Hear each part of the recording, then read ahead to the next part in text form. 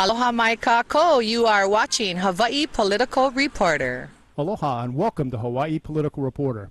Thanks for watching. Tonight, James Corbett and James Pilato of the Corbett Report and MediaMonarchy give us a good look into the past, present, and future of Internet censorship, SOPA, and the Supreme Court allowing the recopy-writing of materials in the public domain.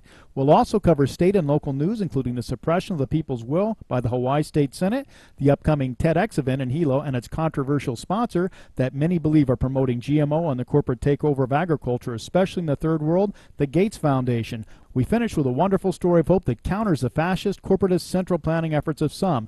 A town in Maine has declared sovereignty over its food supply, negating state and federal laws. We have a couple of news items that are relating to local issues, and one that is a national and possibly even international scale that will relate back very well to our local situation. We'll start off with the Hawaii Free Press. Legislative maneuver sends PLDC to secret conference committee. This is the Hawaii Free Press, and it's dated March 20th. I highly suggest you go to their site. We will be getting into much more in depth on this soon, on the geothermal, PLDC, geothermal subzones, etc. But this will give you some beginning of an idea of the maneuvering and the manipulation of the process to avert and diminish the people's will. And this is unbelievable what's been going on, and I believe in frankness, and we'll get into this in more depth sometimes, but Ms. Solomon and certainly others are absolutely protecting the state at the cost of the people, and that's very evident when you read this article and see what's happening with that. Okay, moving on to an event coming up. This is from the Hawaii News Daily, and this is dated March 24th, 2013, the news release. This is a TedX Exchange 2013 official satellite event on Hawaii Island. And TedX Hilo will be broadcasting 2013 live from Seattle on Wednesday at the University of Hawaii at Hilo and UCB 100, April 3rd at 6:30 p.m. And there'll be a TedX organizer meeting held afterwards.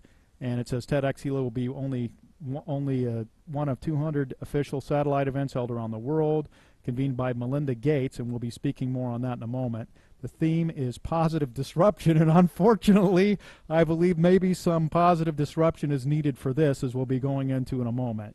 Disruption is usually unwelcome. It represents conflict, chaos, and potential danger, said event organizer Jennifer Ruggles. We discourage disruptive behavior in our homes and our societies, often favoring passivity and compliance. You know, Jennifer, we've had her on the show, and there's no doubt this woman is working for the good of the people, and she's a great gal, I believe, on the progressive side of our, what I would call our triumvirate of positive change, avoiding the duopolistic, anti-people parties that are in power now. But this is one that we really have to look at carefully, and perhaps, I may be wrong here, but Jennifer can educate us, but I think Melinda Gates and that foundation is actually a very negative force in the world. But anyways, continuing back on to that, when asked if there would be any positive disruptions at the event, Ms. Ruggles replied, "You bet." Oh boy, maybe we're setting something up here. We'll be broadcasting and discussing how disruption could be a positive, sometimes vital catalyst for change.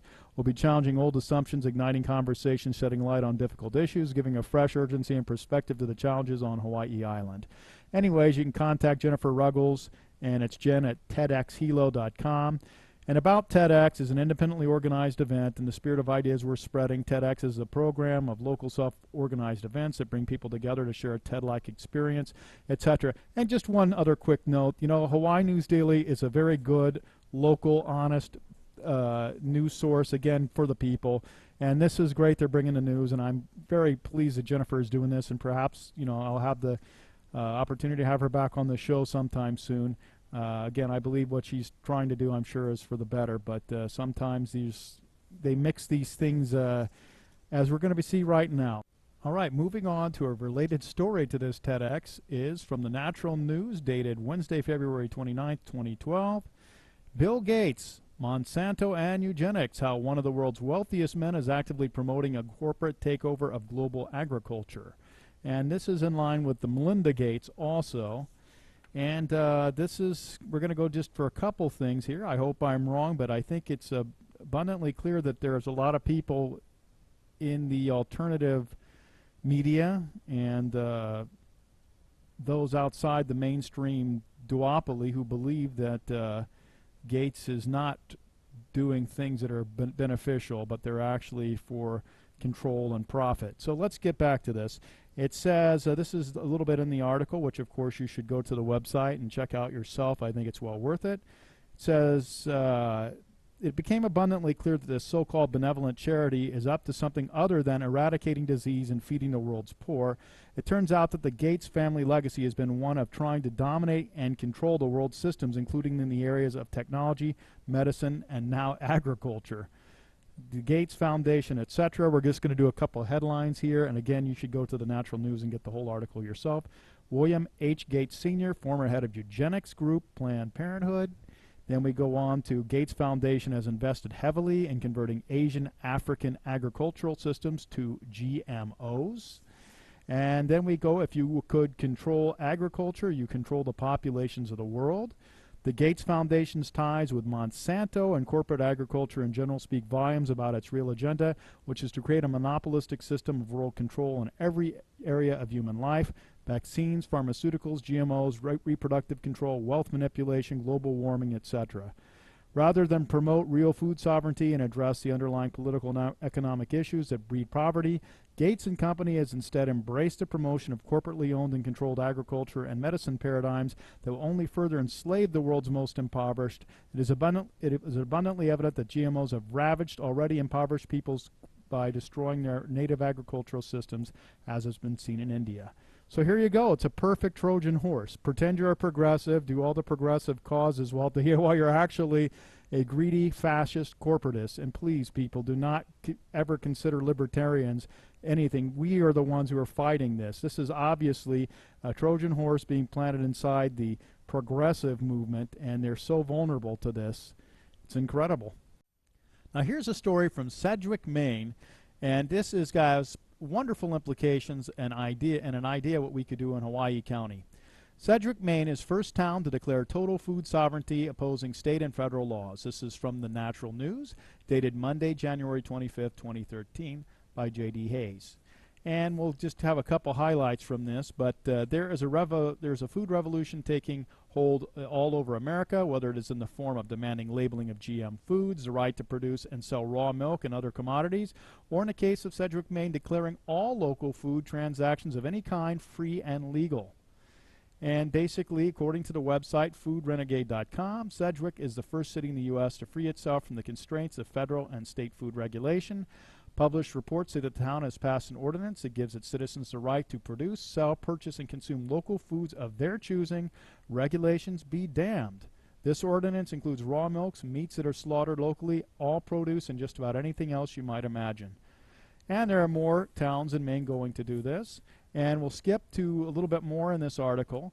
And it says, according to Deborah Evans, of Sedgwick citizens, this ordinance further states producers or processors of local foods in the town of Sedgwick are exempt from licensure and inspection, provided that the transaction is only between the producer or processor and a patron when the food is sold for home consumptions, and etc. It keeps going on. This is about time, as they say, and it creates favorable conditions for beginning farmers and cottage-scale food processors to try out new products and to make the most of each season's bounty.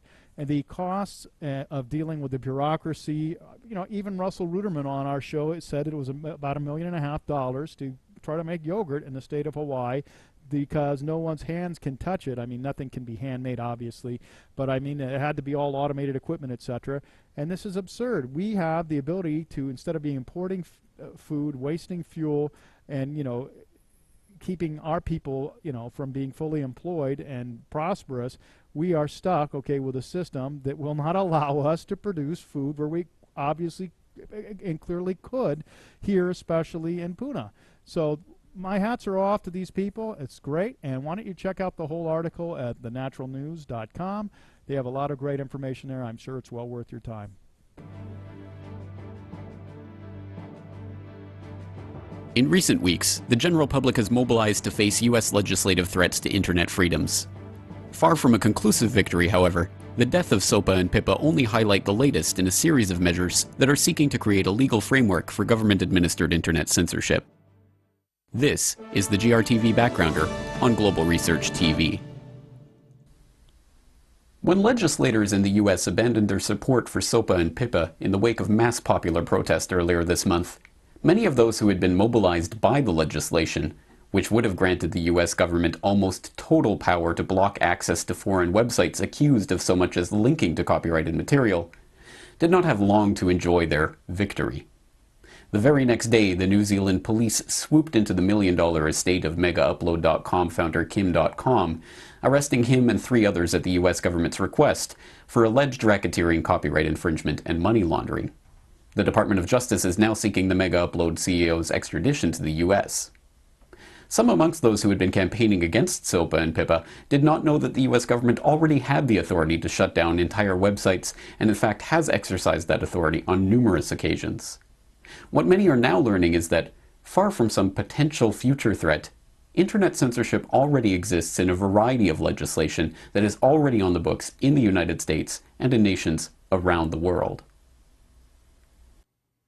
Although most commonly associated with China, which has implemented strict internet filters that prevent its citizens from finding politically sensitive material, various internet censorship programs have already been implemented by countries around the globe. In 2010, Japan passed amendments to its copyright law, making it illegal to download copyrighted material. The move has yet to curtail file sharing in the country, so the Japanese government recently announced that they are going to begin putting fake copies of popular TV dramas on file-sharing websites that, when opened, remind users that it is illegal to download such material. In July of 2010, U.S. Immigration and Customs Enforcement seized the domains of 8 websites that it accused of hosting illegal copies of copyrighted materials as part of an investigation dubbed Operation In Our Sites. The seizures came before any trial took place, and 6 of the websites did not actually host any of the copyrighted material in question, only linked to it. That November, ICE acted once again, this time seizing 82 domains. In December of 2011, over 1 year later, the agency returned one of the domains, dajaz1.com, to its owner after admitting that it had not in fact breached any laws. In May of last year, the U.S. Justice Department began seeking the extradition of one of the website's operators, Richard O'Dwyer, from the UK. O'Dwyer is a British citizen who established TVShack.net in December of 2007. The DOJ is hoping to bring O'Dwyer to the U.S. under the Extradition Act of 2003 to face charges of copyright infringement in the Southern District of New York. Late last year, a number of nations signed a new global copyright agreement known as the Anti-Counterfeiting Trade Agreement, or ACTA. Signatories include the United States, Canada, Japan, Australia, South Korea, and, as of this past week, 22 member states of the European Union. Purported to be a treaty against counterfeit goods, generic drugs, and copyright, it threatens to fundamentally alter the internet as it has so far existed. You can imagine your internet connection like a conveyor belt running in 2 directions. Along the conveyor belt, packets of data are coming in and going out of your computer. Under ACTA, ISPs, the company you pay for access to the internet, will be forced to open up and inspect every single data package you send or receive to look for copyrighted information. Send or receive copyrighted info several times and you could be disconnected from the internet or face criminal charges. That means if you send an MP3 to your friend through an instant messenger, upload a video of a party which played copyrighted music, or quote a copyrighted newspaper article in an email, you're gone. That's it. As if that wasn't enough, the information about the news article you sent via email will be sent to the publisher, and based on their claims you could be fined or sent to prison. When the Polish government announced its intention to sign earlier this month, protests sprang up around the country. While the public is only beginning to understand the implications of ACTA, which has already been signed by a number of countries, others are pointing to these types of agreements as only the thin edge of the wedge for the implementation of outright totalitarian control over the internet as a whole. Indeed, perhaps even more worrying than the existing legislation and agreements for internet censorship are the numerous proposals for even more restrictive measures that have been made time and again by political leaders in a variety of contexts. In October of 2008, the Labour government in Australia proposed a mandatory filter for the entire Australian internet. The proposal, dubbed Clean Feed, would ostensibly block any content deemed to break Australia's media regulations. When a list of the websites supposed to be banned under the scheme was released in early 2009, it included the websites of numerous innocuous Australian businesses, as well as overtly political websites that had no illegal or offending material. The current government has said they would not vote for any such legislation, and the proposal would be unlikely to reach Parliament until 2013. In 2010, the UK passed the Digital Economy Act, which theoretically allows for the UK government to ban copyright violators from the internet. In August of 2011, parts of the legislation proposing the blocking of sites believed to be linking to copyrighted material was declared to be unenforceable and were dropped from the legislation. In March of 2009, Senator Jay Rockefeller opined during a subcommittee hearing that the internet is proving to be such a threat to America's national security that it would have been better if it had never existed. Have labeled cybersecurity perpetrated through the internet as the #1 national hazard of attack on the homeland in West Virginia, America, or anywhere else. So, I mean, it really almost makes you ask the question, would it have been better if we'd never invented the internet? In June of 2010, Senator Joe Lieberman stated that he believed the U.S. needed the same ability to shut down the internet as China currently has. And this is something that we need to protect our country. Right now, China, the government, can disconnect parts of its internet in the case of war. We need to have that. While these proposals are sometimes couched in business-friendly rhetoric about protecting intellectual property, sometimes as a national security question about defending cyber infrastructure from foreign enemies, and sometimes as attempts to protect children or stop the spread of child pornography, the proponents of internet censorship are becoming increasingly honest about their real worry: the free spread of ideas amongst a public that is allowed to choose for themselves what information to believe and what to discard. Last year, Bill Clinton advocated the idea that the U.S. government create an agency for fact-checking websites on the internet. Is there a role for government in terms of ensuring that the information out there is accurate and someone cannot just hurt someone else through their reputation by attacking them with stories? Well, I think it would be a legitimate thing to do, but if you wanted to do it, for example, you wanted to set up some sort of agency that would be a ring the bell, you know, or on heavily visited sites, this allegation has been made and here are the facts. If the government were involved, I think you'd have to do two things, or if you had a multinational group like the UN. I think number one, you'd have to be totally transparent about where the money came from. And number two, you would have to make it independent. It would have to be like an independent, let's say the U.S. did, it would have to be an independent federal agency that no president could countermand or anything else, because people wouldn't think that you were just censoring the news and giving a different falsehood out. Earlier this month, Evgeny Morozov of Stanford, who previously served as a fellow of George Soros's Open Society Institute, wrote an article calling on Google and other search engines to use banners to warn users about websites that are deemed to be pseudoscientific or conspiratorial. Perhaps realizing that the proposals sound drastic, Morozov concludes, such a move might trigger conspiracy theories of its own. For example, is Google shilling for Big Pharma or for Al Gore? But this is a risk worth taking, as long as it can help thwart the growth of fringe movements. Here we see the real danger of the internet for those who seek to control the spread of information. The internet, like every other medium that has come before it, changes not just the way in which people create, distribute, and receive information, but the information itself. Just as the printing press led to the widespread publication of the Bible in the vernacular, and ultimately to the Reformation, which forever transformed the power structure in European society, so too has the internet allowed the public to receive, correlate, and distribute information that challenges official government narratives in a way that threatens to transform the power structure of our society. And as the traditional media has begun to bleed away the remains of its increasingly dissatisfied customer base, self-immolated on the fantastic failure to challenge the status quo on issues like Saddam's WMD, or the growing apparatus of the police state, or the never-ending bailouts of the too big to fails, a new independent media has risen to take its place, empowered by technologies that allow for the instantaneous and nearly costless transmission of ideas to the farthest corners of the globe.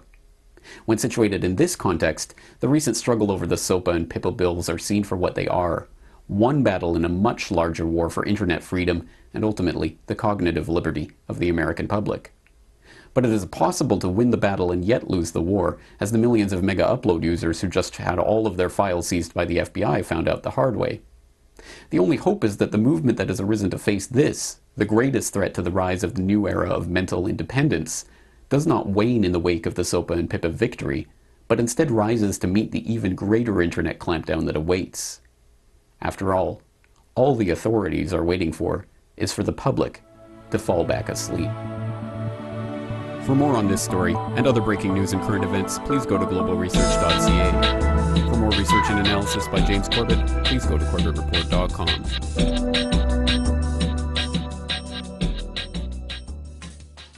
Welcome. This is James Corbett of corbettreport.com.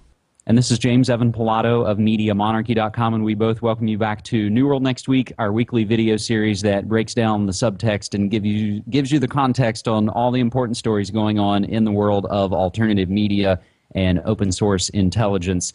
James, I think all three of our stories fit very well together this week, as they sort of all have the common thread of essentially, are we a free and open society or are we not? And we'll begin with pretty much the largest story all around the world as I come to you still January 18th, 2012 here in the States. And I have this posted to cyberspacewar.com. SOPA is back as websites go black. From geekosystem.com, it should come as no surprise that SOPA has come back off its proverbial shelf, but feel free to be surprised that it came back so fast. A mere 4 days after announcing he was dropping the DNS blocking provisions of the bill and putting it on the shelf until a consensus was reached, Representative Lamar Smith brought back SOPA out to play, and just in time for the January 18th SOPA blackouts.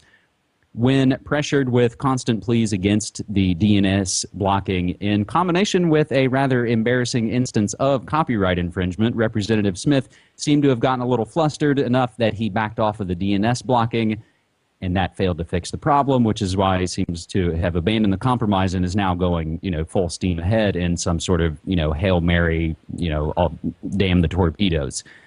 But with the continuing snowball of sites blacking out, culminating in an anti-SOPA demonstration by the internet giant Google, it's pretty likely that Representative Smith has realized retreat. And of course, our updates that we provide for you, again, will remind you, we're recording this on Wednesday, January 18th, and this story is updating and moving pretty quickly. But we do have related stories from Cryptagon.com and updates from The Hill as well as MSNBC in wake of web blackout.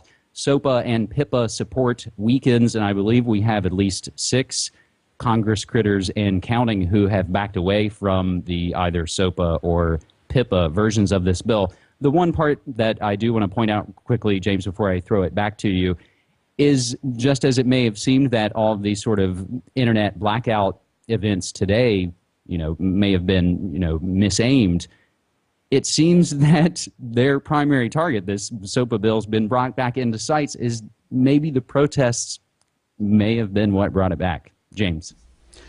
I think you're right on that, but it's important to understand and flesh that out a little bit, because the point here is that they tried the play possum trick with this SOPA. They tried the, oh, well, maybe we'll take out the DNS. Maybe, oh, you guys win. Just go back to sleep. It's all right. Don't worry about it. Don't do your little blackout thing. It doesn't matter. We're going to back off.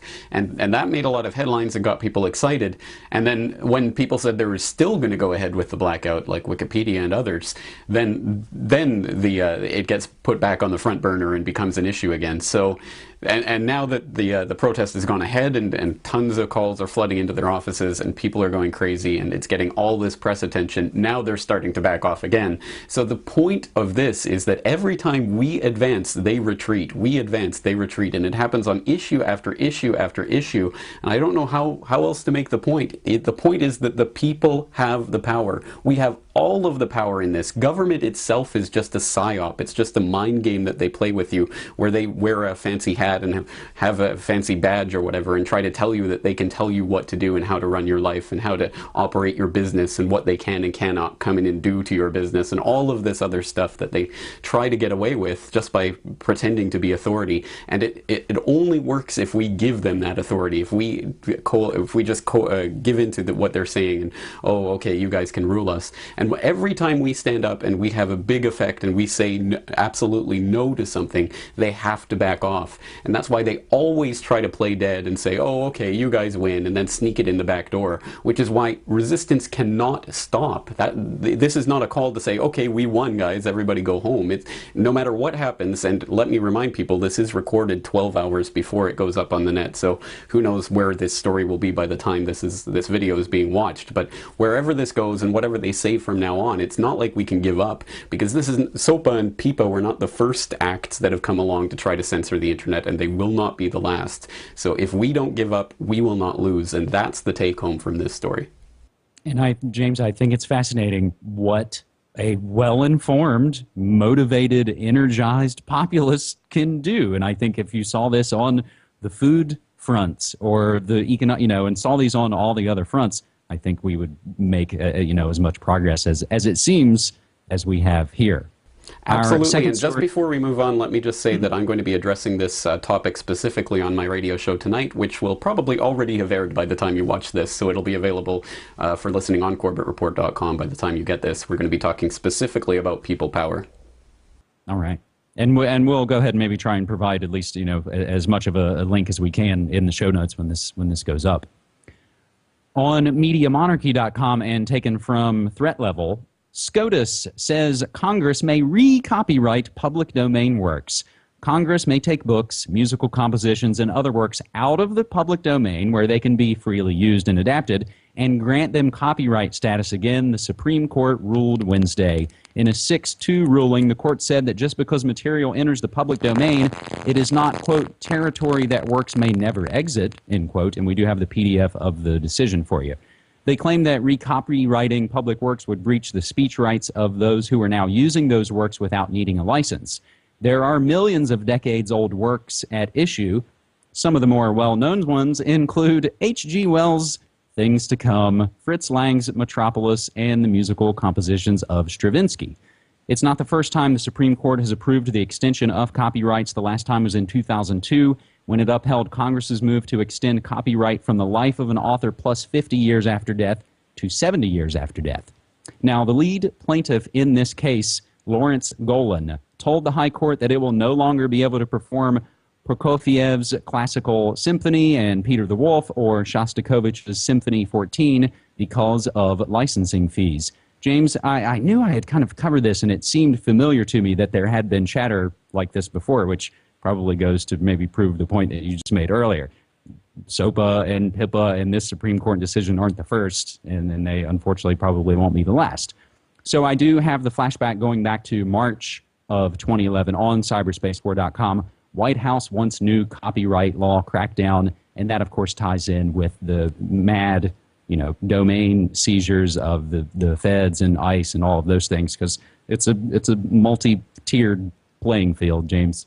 Exactly right. I mean, exactly as people have been right to and should be concerned about SOPA and PIPA and all of these acts that will censor the internet in the name of protecting intellectual property, people should be equally vehement about saying no to things like this ridiculous decision that public domain works can now be re-copyrighted long after the author or the composer's death. I mean, it's ridiculous, because even if we know about things like the Creative Commons license and alternative copyrights and things like that, but even if you want to go with the traditional copyright idea, the entire reason for existence for copyright is supposedly to give authors and people who are creating works an incentive to do something so that they can actually make money off of it. Okay, well, we at least know that theory, but that does not apply in this case. These are public works, public domain works that have been in the public domain for decades, in some cases centuries, and we're talking about re-copywriting them